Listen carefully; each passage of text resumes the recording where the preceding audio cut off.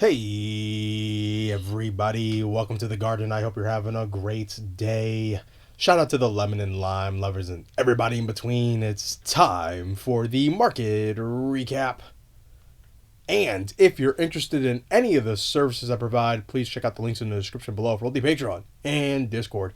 Okay, guys, let's get into the market recap. So before we start looking at the Dixie chart here, let's go back to the news. Let's take a look at what happened today. So we had some big news come out today. We had the U.S. initial jobless claims come out.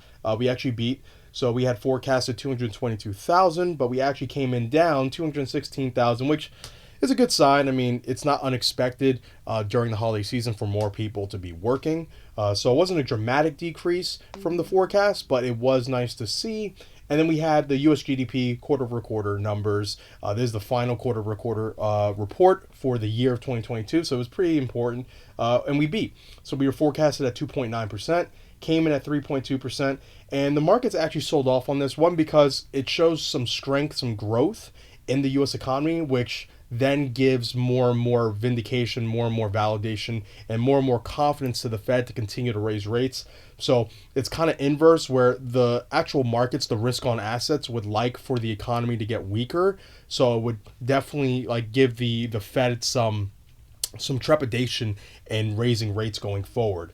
But this beat does make it feel like, okay, the Fed's likely going to continue the path it's been on this whole year, at least early in 2023. All right, now let's get into the charts. So looking at the Dixie, some strength today off of the weakness of the market. Been selling off, kind of grinding lower, and we actually started off fairly weak, today. But then as the numbers came out, we had some strength, but we actually sold off quite a bit, coming into the close of the U.S. stock market. So it's been relatively a stronger day when compared to the last couple of days and weeks we've experienced in the dollar chart. But it's also not been exponentially more powerful either. In my opinion, what I'm seeing here is probably consolidation starting. I do think this consolidation has a good likelihood of kind of grinding up towards these fair value gaps at the least, to at least grab the liquidity above this high pivot here. So I do see some short-term strength in the dollar, but next week is going to be pretty interesting. It's going to likely be a much slower week as it's during the holidays. We are closed in the markets on Monday because of Christmas, and most, if not all, major money movers are going to be away from their desks and be with their families and friends. So I would not expect much activity next week, but if we do, look for a small grind to the upside in the dollar and probably some light selling throughout the markets, okay? Let's get into the Dow. So next is the US Dow.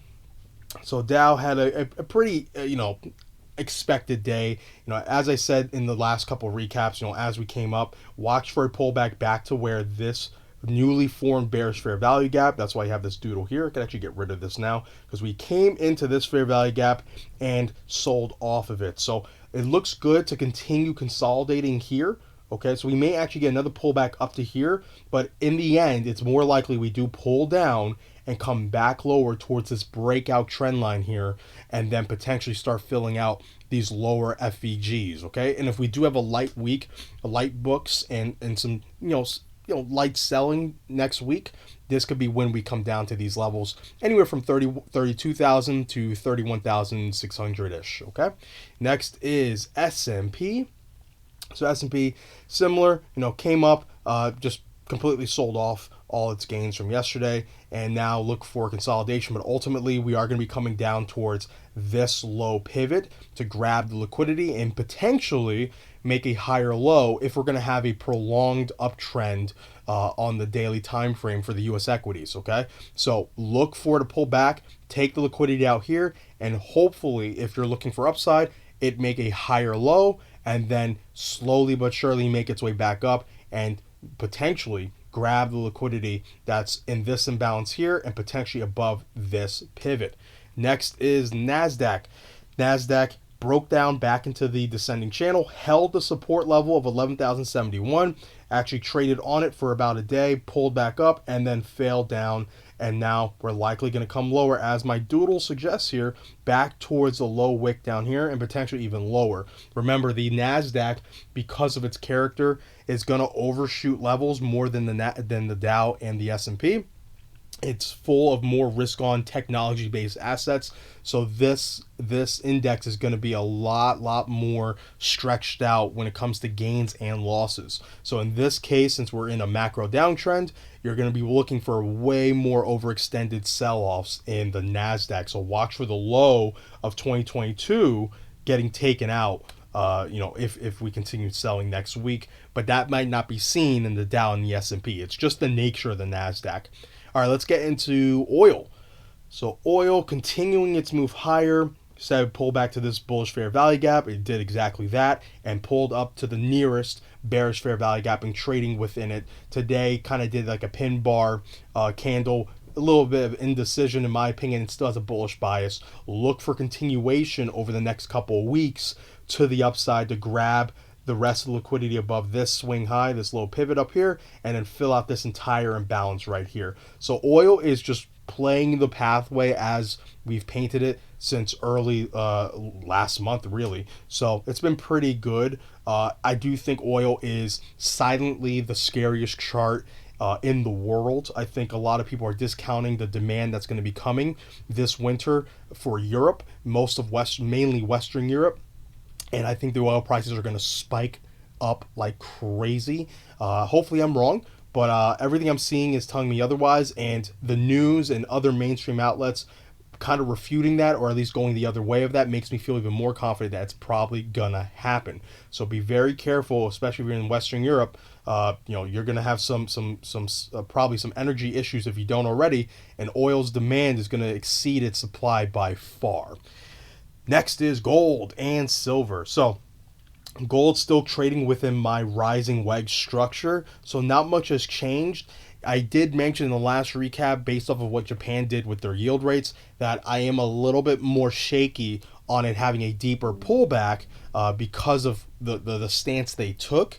But as if this continues to play out on the technical level of what I'm seeing, we should see a pullback back down towards at least the median fair value gap here, which is kind of what my doodle is showing, right? So you're seeing it make this kind of inverse head and shoulder structure, and then potentially a higher move up towards, just under 2,000. I do think gold is bullish as hell, but I am kind of suspect on how deep the pullback's going to be now based off of what Japan did. And we can always just look at the measured move. So when it comes to the wedges, you take from the highest point and you go down to the low point of the wedge. So right about here, and then where you think it'll likely break out or after it's broken out. So if it were to break out, let's just say tomorrow. Let's say it breaks down tomorrow, brings us down towards this first bullish fair value gap, and then likely trades a little lower to grab the liquidity I have circled under this wick here. Okay, so there's a good shot that we do spike into this lower fair value gap, but it may not be for long. It does depend how strong the dollar is over this time period of it breaking this wedge. The probabilities of it breaking down are very high now because of the wedge, how mature it is, how clean of the structure it is. But we don't want to ignore the fundamental changes that have happened, especially coming out of Japan.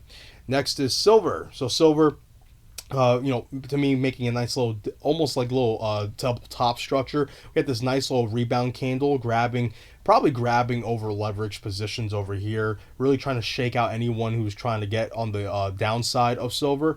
And now it's looking like it's likely to come all the way back down towards this median fair value gap right here under this low pivot to grab the liquidity and also test the top side of this rising structure. I don't believe it's going to hold. My experience tells me in this sort of structure, you have a deeper pullback to grab the liquidity under this consolidation or near it. So it's more likely we do pull back all the way towards 20. But just like with gold, a lot of things have changed fundamentally because of what the Bank of Japan did, the stances they took, and the policies they're going forward with. So it may not be as deep a pullback as I'm expecting, but just looking at a technical level, I'm expecting to come back down towards 20 and potentially a little bit lower potentially. And lastly is Bitcoin. So let's take a look at Bitcoin, see what's going on here. What has Bitcoin been up to? And Bitcoin right now fighting at this bearish fair value gap that it's recently created back in December 17th. And to me right now, it's actually looking pretty good, actually. Not too bad. Holding this consolidation so far. So we have it holding this level right here. So holding these wicks right here. and then also holding the overall consolidation lows right down here. So I actually didn't even really get to reach them. So these are the lows of this consolidation, and then these are the actual lows that we want to watch for not getting taken out. So I like where Bitcoin is trading overall. Looks fairly decent. I will say this, if we don't get an impulse higher over the next couple days, so going into the weekend, I'm going to be very skeptical that we're going to get a big move next week because of how low volumes I'm expecting during the holiday weekend, during the holiday week. My apologies. So we do want to see, before Christmas, a move up, potentially going past 17.5, and then coasting during the Christmas weekend, and then next week we'll have to see how it looks. But I do expect some sort of consolidation if the U.S. equity markets don't just sell off completely. But I do like how it looks right now. I am leaning more towards upside, as I have been, and I do think Bitcoin looks good enough as it trades down here to potentially get enough fuel to get back towards about 18,500, 18,600, and potentially even higher. We do have to wait and see how the price action looks. But overall, this has looked pretty solid. Just to keep your eye on something else as well, you want to watch for this level right here. So this trend line right here is going to be very important. Sorry, a little bit higher right there. Okay, so it's pretty much the low end of this consolidation here. You want to keep your eye on this. This is going to play a role. So about 18,200. Okay. All right, everyone. That is it for the market recap. If you have any questions, make sure to leave a comment down in the comment section below, or ask me in the Discord. It's the easiest place to get in contact with me. And if you like the content, make sure to give me a like, subscribe, maybe a share or two if you're feeling kind. And remember, be patient, be vigilant, and be nimble. I love you guys. Take care.